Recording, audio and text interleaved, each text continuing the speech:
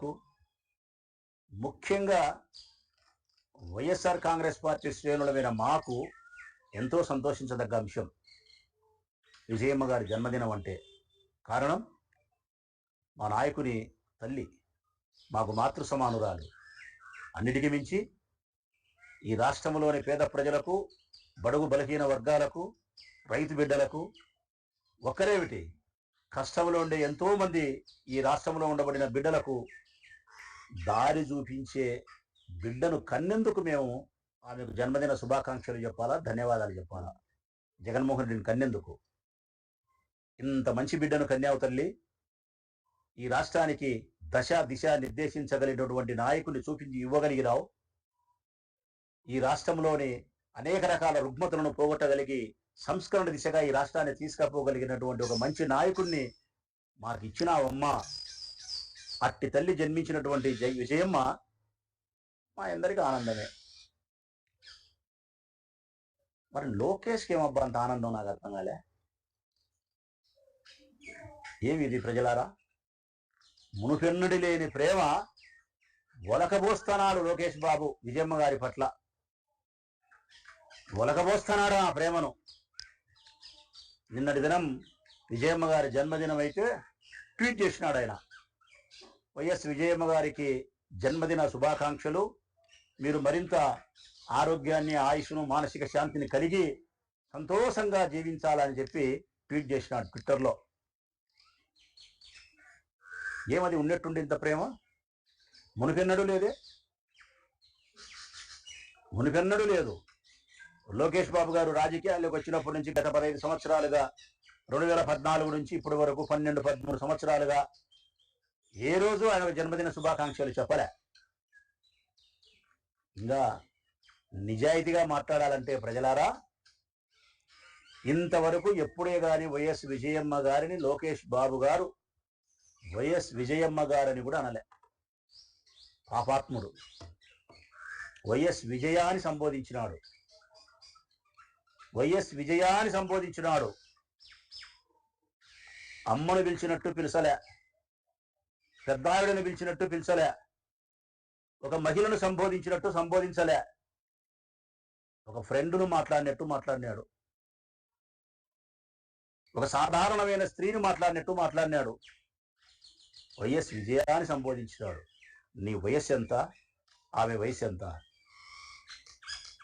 ఎందుకు మరి గతంలో వైఎస్ఆర్ విజయ సంబోధించిన నీవు ఈరోజు విజయమ్మ గారి పట్ల ఇంత ప్రేమను ఒలకబోస్తున్నావు? దానికి కారణం ఒక్కటే ప్రజలారా, మీ అందరికీ తెలిసి ప్రత్యేకంగా రాజమౌళి చెప్పాల్సిన అవసరం ఏముంది?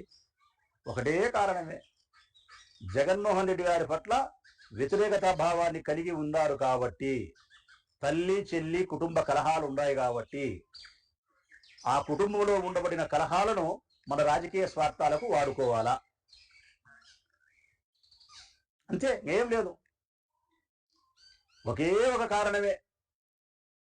రాజనీతి శాస్త్రం ప్రకారము శత్రువు మిత్రుడు అంటారు. కానీ ఇక్కడ తల్లి శత్రువు ఎప్పటికీ కాదు, చెల్లి ఎప్పటికీ శత్రువు కాదు, తాత్కాలికమే. ఇవి కుటుంబ కలహాలే అంటారు, దీన్ని శత్రుత్వం అనరు. కానీ మీరు శత్రుత్వం చేయాలనుకున్నారు, శాశ్వతంగా వారికి ఎడబాటును కలిగించాలనుకున్నారు మీరు. జగన్మోహన్ రెడ్డి గారికి వారి తల్లిని, జగన్మోహన్ రెడ్డి గారికి వారి చెల్లికి శాశ్వతంగా ఎడబాటు కలిగించాలా, దూరం చేయాలా. మరి జగన్మోహన్ రెడ్డి గారిని వారి నుంచి, తల్లి నుంచి, చెల్లెల నుంచి దూరం చేయాలంటే మీరు దగ్గరైనట్టు నటించాలా. అవసర నిమిత్తం గౌరవం, అవసర నిమిత్తం కపట తల్లి ప్రేమ. నాడు వైఎస్ విజయ, నేడు వైఎస్ విజయమ్మ గారికి జన్మదిన శుభాకాంక్షలు. ఇది అవసర నిమిత్తం చూపించే గౌరవమా, అవసర నిమిత్తం చూపించే కపట మాతృ ప్రేమనా? కేవలం మీ రాజకీయ స్వార్థాలకు, కుటుంబ కలహాలలోకి మనం దూరకూడదు, కుటుంబ కలహాలలోకి మనం జోక్యం చేసుకోకూడదు, మన రాజకీయ ప్రత్యర్థుల యొక్క స్త్రీలు వారి విషయంలో కుటుంబ కలహాలలోకి మనం దూరకూడదనే కనీస ఇంగిత జ్ఞానం కూడా లేకుండా యాక్షన్. ఇంకా దారుణం ఏంటంటే ప్రజలారా, మేము మర్చిపోయిండం, రాజశేఖర రెడ్డి నన్ను ప్రేమించే వాళ్ళం మేము. జగన్మోహన్ రెడ్డి గారి కోసం జీవితాన్ని ఆయన కోసమే నడిచేవాళ్ళం. ఆ కుటుంబం పట్ల అంత ప్రేమ కలిగిన వాళ్ళం కాబట్టి మాకు రాజశేఖర రెడ్డి అన్న శ్రీమతి వైఎస్ విజయమ్మ అనే భావన మాలో ఉన్నంత వరకు చాలా సంఘటనలు మేము మర్చిపోం. అందులో ఒక సంఘటన 2014-19 కాలంలో చంద్రబాబు నాయుడు గారు ముఖ్యమంత్రిగా ఉండే సందర్భంలో విజయమ్మ గారు ప్రయాణిస్తున్నటువంటి వెహికల్ని ఆపి ఒకసారి విజయవాడకు వచ్చేటప్పుడు ఒక చెక్ పోస్ట్ అదే పనిగా పెట్టి ఆపి, ఏదో కారణాలు ఉన్నాయి అప్పుడు ఆపి అవి కారును సోదా చేస్తారు. చంద్రబాబు నాయుడు ముఖ్యమంత్రి అప్పుడు ఆమె కారును సోదా చేసే క్రమంలో కారు ఆమె దిగితే కారులో ఉన్న ఆమె సూట్ కేసును బయటపెట్టి సూట్ కేసును ఓపెన్ చేయించి పోలీసుల చేతిలో ఉండే స్టిక్ ఏమైతే ఉంటుందో లాఠీ, ఆ లాఠీతో బట్టలను కదిలిచ్చి ఆమెలో దుస్తులను కట్టెతో తీసినారు. ఇట్లా హృదయ విదారకమైనటువంటి ఆ సన్నివేశాన్ని నా బొందిలో ప్రాణం ఉండగానే మర్చిపోను. నేనే కాదు, రాజశేఖర రెడ్డి ప్రేమించే వాళ్ళు ఎవరు మర్చిపోరు. షర్మిలమ్మ మర్చిపోయింది, మేము మర్చిపోం. లాఠీతో ఇట్లా తీసినారు ఆమె లోదుస్తులు. రాజశేఖర రెడ్డి శ్రీమతికి సంబంధించి తల్లితో సమానురాలైనటువంటి ఆమెను రాజకీయాలకు సంబంధం లేని మనిషిని సోదా చేసి సూట్ కేసు ఓపెన్ చేసి లాఠీతో తీస్తారా? ఇంతటి అవమానాన్ని ఆమెకు చేసి ఈ బుద్ధు జన్మదిన శుభాకాంక్షలు చెప్తారా?